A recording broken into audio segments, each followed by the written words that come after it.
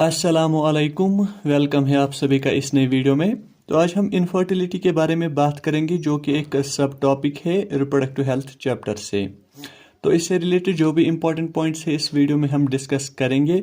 Video काफ़ी ज़्यादा important है क्योंकि इस टॉपिक से रिलेटेड कॉम्पिटिटिव एग्जाम्स में क्वेश्चंस आते हैं। तो इनफर्टिलिटी जो होती है ये एक्चुअली इनएबिलिटी होती है कपल्स की कि वो अनप्रोटेक्टेड सेक्सुअल कांटेक्ट के बाद भी चिल्ड्रंस प्रोड्यूस नहीं कर पाते हैं। तो ये इनफर्टिलिटी जो है इसके पीछे कई सारे रीजंस हो सकते हैं, जैसे कि यहाँ पे कुछ रीजंस दिए गए हैं। तो पहला रीजन है फिजिकल, सेकंड है कॉन्जेनिटल डिजीजेस, थर्ड है ड्रग्स, फोर्थ है इम्यूनोलॉजिकल रिएक्शंस। तो इन रीजंस की वजह से इनफर्टिलिटी काज हो सकती है। और ये इनफर्टाइल कपल्स जो है इनको भी चिल्ड्रंस हो सकते हैं कुछ स्पेशल टेक्निक्स के जरिए, जिन्हें हम असिस्टेड रिप्रोडक्टिव टेक्नोलॉजीज कहते हैं।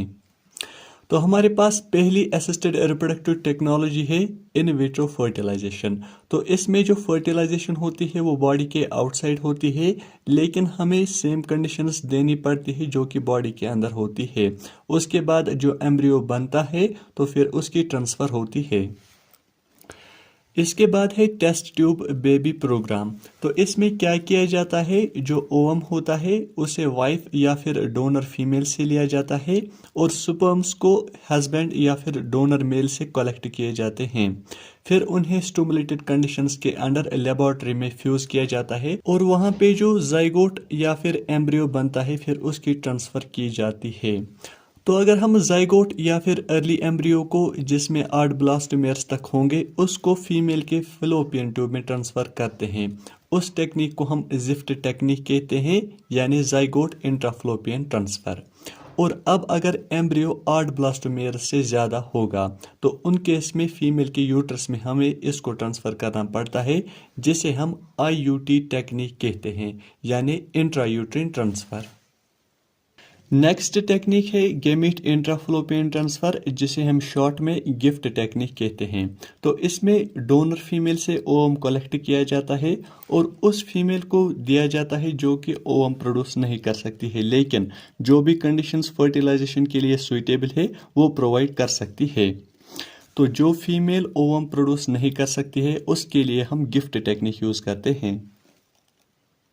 इसके बाद और एक टेक्निक है जिसे हम इंट्रासाइटोप्लाज्मिक स्पर्म इंजेक्शन कहते हैं। तो इसमें स्पर्म्स को ओवम में डायरेक्टली इंजेक्ट किया जाता है लेबोरेटरी में, फिर उनसे जब एम्ब्रियो बनता है फिर उस एम्ब्रियो की ट्रांसफ़र होती है। और अगर ये एम्ब्रियो ट्रांसफ़र किया गया फ्लोपियन ट्यूब में फिर इसे हम जाइगोट इंट्राफ्लोपियन ट्रांसफ़र कहते हैं, जो कि हमने पहले ही देखा। और अगर यूट्रस में ट्रांसफ़र किया गया फिर उसे हम इंट्रायूट्रिन ट्रांसफ़र कहते हैं। इसके बाद लास्ट मेथड है जिसे हम आर्टिफिशियल इंसेमिनेशन कहते हैं। तो ये मेथड उन केसेस में यूज़ किया जाता है जबकि मेल पार्टनर अपनी फीमेल पार्टनर को इंसेमिनेट नहीं कर पाता है, या तो स्पर्म काउंट लो होने की वजह से या फिर उसके स्पर्म्स की मोबिलिटी कम होने की वजह से। तो उस केस में हम आर्टिफिशियल इंसेमिनेशन टेक्निक यूज़ करते हैं। तो इस वीडियो में हमने इनफर्टिलिटी से रिलेटेड सारे इंपॉर्टेंट पॉइंट्स को डिस्कस किया, जिसमें हमने देखा कि इनफर्टिलिटी क्या है और कैसे इनफर्टाइल कपल्स को चिल्ड्रंस हो सकते हैं। डिफरेंट टेक्निक्स के बारे में हमने डिस्कस किया।